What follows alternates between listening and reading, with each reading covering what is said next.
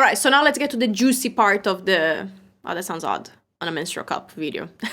Hi, welcome to my channel, Loquacious Lucy, where I talk about mom stuff and woman stuff. And today I'm gonna give you all my thoughts on this little piece of silicone after using it for over 10 periods. That's 10 months in woman's language. Basically, the purpose of today's video is to give you a clear idea of how to use and live life with a menstrual cup. I'll talk about boiling it, washing it, the best positions and methods to change it, and I'll discuss a few safety concerns when using a menstrual cup, and maybe something else that might come to mind while recording. Anyway, grab your favorite drink and let's go. Oh wait, before we proceed, I need to give a little warning. Today's video contains graphic descriptions of bodily fluids and female body anatomy.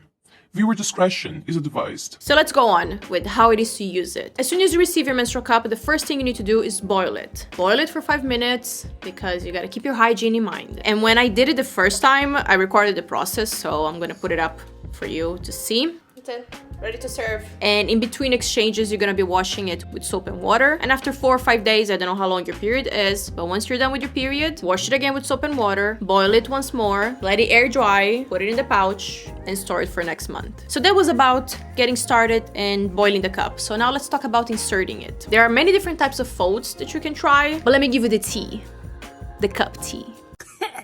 The most common one is the C fold, which basically you just, make a C, hold it, and insert it. I personally don't like that fold because I feel like the area to insert is too big. It's a bit uncomfortable, especially in the beginning because you don't have a lot of practice yet. Because right now I can just put this in 30 seconds and be done. But in the beginning, I had to try, 3, 4, 5 times, putting in and out, trying to, get the right position. So after that many times annoying your vagina's entrance, you're kind of like, oh, can I just get something smaller? So my favorite fold is this one over here where you fold it like this, a triangle, you make a little triangle. This is the best one. Also because I feel like it's more foolproof to make sure it's always in the right place. It's easier to go in because you have a smaller diameter. So once you insert it and you do like this, it's gonna get kind of not so straight, right? But then as soon as you turn, it's just right in place and it's good to go. I love it. But different people have different vaginas and different preferences, so try as many as you can and see what suits you best. After 10 months using it, I 100% only use that fold, the triangle one, because it's just chick-chack. Insert it, pop it, twist it, and you're good to go. My tip for you to know that is in the right place, let's visualize it together, okay? Here's your vagina, right? You inserted it, and then you let go, boom. Now, it might be a little bit out of place, it might not be that comfortable, because it should be comfortable, you shouldn't feel anything. So if you put it inside of you and you feel it, it's not in the right place, right? So you see these rings over here, so you're gonna grab them and you're gonna turn, and eventually the cup will adjust to the internal anatomy, of your vagina. And the last thing you should try to do that to me always made me feel more confident that it was in the right place and nothing was gonna leak was to pull it down a little bit. So if you try to pull it and you feel a resistance, right, it's not coming out, it means that you created a vacuum. So you're not gonna have any leaks, that's the most important thing. You need to have a seal on it, because if it's kind of banded like this a little bit, for some reason it's not completely opened, then you might have leaks, coming from here. So pull a little bit, turn it until you know that it's in the right position. And how can you know that it's completely open? Take your finger and start feeling it, right? Feel the cup all around, and if it's straight like this, right, if it's as you're seeing here, it means that it's in the right place. It means that it's open. If you're touching it and you feel like it's not smooth like this, for example, then it means that it's not fully open and you might have a leak. So make sure to turn until everything is like this. I hope that made sense. Now let's talk about the best positions for inserting it. I personally prefer to squat. Some people prefer to raise their legs, right? Either put your leg on the toilet or on the shower wall if you're changing it in the shower. Just do what works for you. I prefer to squat. But as with anything, when you're trying it for the first time or, still adjusting to the product, there will be some trial and error. So be patient with it because the benefits definitely surpass the annoyances of trying to get it right when you're just getting started. I say that to you because when Diana, the CEO of Green Race, sent me this cup, in the first month or two, I was like, oh, here we go again. Like, you know, I'm gonna try like 6 different times until I can get it right. And I was texting her. She was super nice. You know, their support is really good. They were helping you, you know, troubleshoot your problems to get the cup to fit properly. And I was like, okay, I'm not gonna give up because I really like the idea of it, right? So I was like, I kept trying. But there were times that I thought like, man, like this is so annoying. Like, you know, I can just glue a pad on my underwear and be done. This whole like changing and inserting and being uncomfortable and then like, it's not open and then take it out, putting it again. It irritates you. Especially when you're already in an irritating period of your life, you know? So it wasn't a good combo, it was stressful, but as someone who survived it and is now thriving when it comes to menstrual cups, I tell you, just keep going because it is worth it. It's amazing. This thing is amazing. I love it. Now let's talk about the best places to change it. I take a shower at night before going to bed. So obviously that's a moment when I change the cup. And right there in the shower, I squat and I put it in, you know, we're good to go. And you can stay with this for 12 hours, right? So let's say if I take a shower at 10 in the night before going to bed, then around 10 in the morning, I need to change it. And how I do that without being in the shower? Well, I take down my pants, like I literally take it off. I don't like just lower it as you would when you're peeing because I use skinny jeans or yoga pants and you can't really squat and be comfortable for putting the cup when your pants are like, you know, in the lower part of your legs, you know what I mean? So I just take everything off, right? Underwear, everything, you're free. So after washing my hands, because you don't want to put dirty hands when you're trying to remove the cup, right? Always clean hands inside your vagina. So here's what I do. I insert a finger or two just to break the seal and you're gonna hear the which is a pleasing confirmation that it was in the right place, you know, there was a vacuum there. So I break the seal and then I just pull it. Don't try to pull it without breaking the seal first because you're not gonna be able to do it. Like it's gonna stay there and you're just gonna get annoyed. For those of you concerned if there's gonna be blood everywhere when you squeeze it, right? Oh my gosh, you squeeze and then like, you know, it's overflowing. This is a common misconception because when I looked at the cup, I also thought like, wow, this is so tiny. Like this is not enough for all the blood that I have. Although there are some women who do have very strong menstrual flows and the cup might not be enough. For the majority of us, you're not even gonna get to half of it in 12 hours. I kid you not. So squeezing it, it's not gonna make anything overflow because it's not full to the brim. So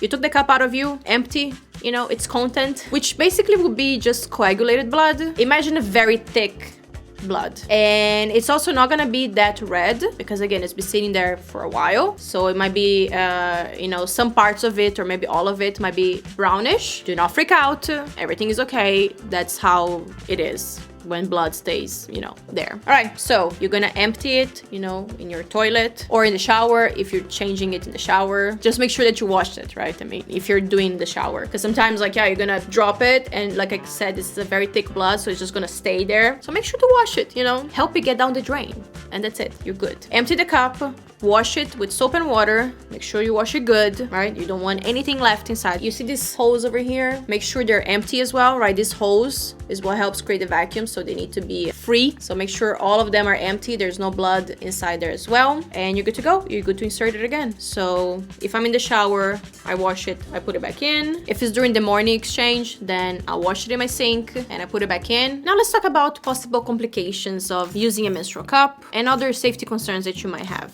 because I know you're thinking it. Like I mentioned in the beginning about inserting it in the best folds, you might have some irritation, right, from trying it many times. So it's possible to use a lubricant, right, a water-based lubricant, not a silicone one. So, you know, you can apply a little bit over here as you try to insert it, and that can obviously reduce the irritation. You might also have irritation from using a wrong size cup. I got the size B, which is the one for women who already have kids. If you're not sure, if you don't understand, you know, the recommendations on their website, talk to them. Most of these companies have really nice customer support. They will be more than happy to help you find the right fit for you. Now, another thing that can cause irritation or discomfort is this little thing over here, and you can cut it. So let's say after you insert it and you found the right position and you're feeling good and you're not feeling the cup at all, it's a perfect fit for you, the size that you chose, but this thing just keeps like, you know, popping out and like annoying you in your underwear, you can cut it, okay? Obviously, don't cut all the way here because you're gonna cut the bottom of the cup.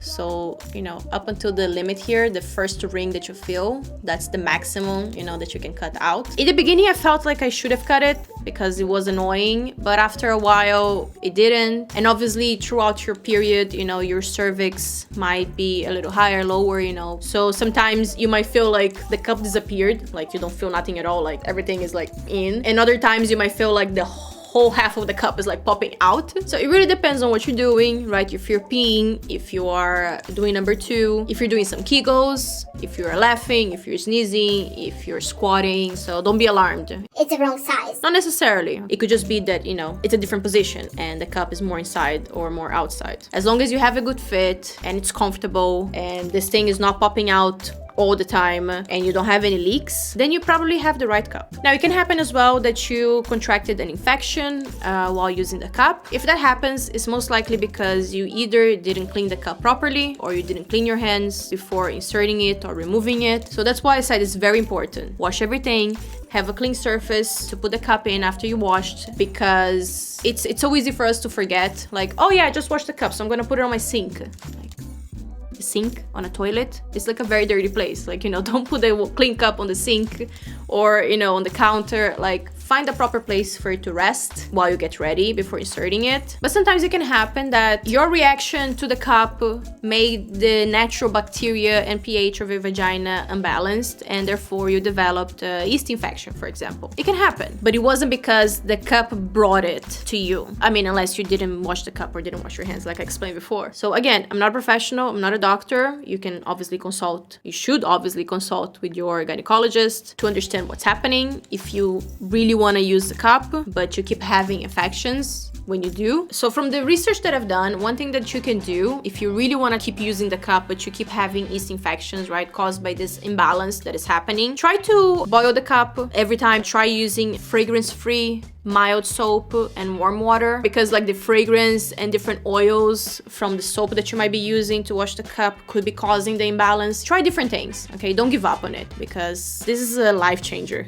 And I wish all women could have access and the opportunity to keep using this. Now, obviously this wouldn't be a proper menstrual cup video if I didn't talk about the major complication you can have, which is the TSS, or toxic shock syndrome. And if you don't know what TSS is a rare but serious complication that can result from certain bacterial infections. It occurs when Staphylococcus or Streptococcus bacteria, which naturally exists on our skin, nose, or mouth, are pushed deeper into the body. But it's important to note, right, for those of you freaking out in your heads, that TSS as a result of tampon use is rare, and it's even rarer when using a menstrual cup. So don't freak out. I'll link all the researches that I did for this video in the description box below. Now, the last safety concern I want to talk about is that it's important, if you are a menstrual cup user, or even if you're using for the first time, doesn't matter, put it on your medical ID, like, you know, when you have on your phone. I'm sure Android has as well, but like your medical card, put it over there that you are a menstrual cup user. Because let's say, knock on wood, if you have an accident and you're unconscious and you can't communicate, you know, to the paramedics or the hospital that you have a menstrual cup inside of you, and they don't know and they don't check because they have no reason to check your vagina, then, you know, you could have a lot of complications from leaving, you know, the menstrual cup there for days or longer than it should be because nobody knows that you have one. Very important. Do it right now. Take your phone. If you are an iPhone user, let's do it together with me. I'll show you. But if you are an Android user, then I'm sure you have a specific location for your medical ID. And make sure to send this information also to your emergency contacts, okay? Click on settings, search over there medical ID, right? It will give you the health app, and then you have medical ID over here. And here have all the information that I assume you already filled up. And then you can click on edit. And I added this information under medical notes because I think that's the most appropriate place to write it down. So I wrote over here, I use a menstrual cup when on my period. Please check and remove it if I'm unconscious and need to be hospitalized. Done. Now, another question that I saw quite common that people were asking, like, is it really a big deal if I stay with it more than 12 hours? And the answer is, in terms of containing the blood flow, this thing can hold the amount of blood that 4 tampons could. But in terms of your safety, even though there's a vacuum sealed and all of that, it is still an organic matter, and there's still bacteria, naturally occurring bacteria inside their vaginas. So it's important to respect the time limit. Obviously, like an hour or so more, like I've left inside for like 14 hours because I forgot. Nothing happened. Like everything is okay. I didn't get an infection. can, but don't push it, you know? So if you're interested in buying this product, the Green Race Menstrual Cup, you can use my affiliate link that is in the description box below. And by doing that, you help me earn a small commission at no additional cost to you. In fact, you're gonna get a 10% off if you use my code LUCY10OFF at the checkout. So this is all I wanted to share about my experience using a menstrual cup. I hope this video was useful to you. If it was, please make sure to hit the like button. Subscribe if you're interested in my kind of content. Thank you so much for being here, and I'll see you next Saturday. Bye! So let's say if you are... Hey, come back here. If I'm unconscious, and remove it, if I'm unconscious. Can I say that word? Unconscious.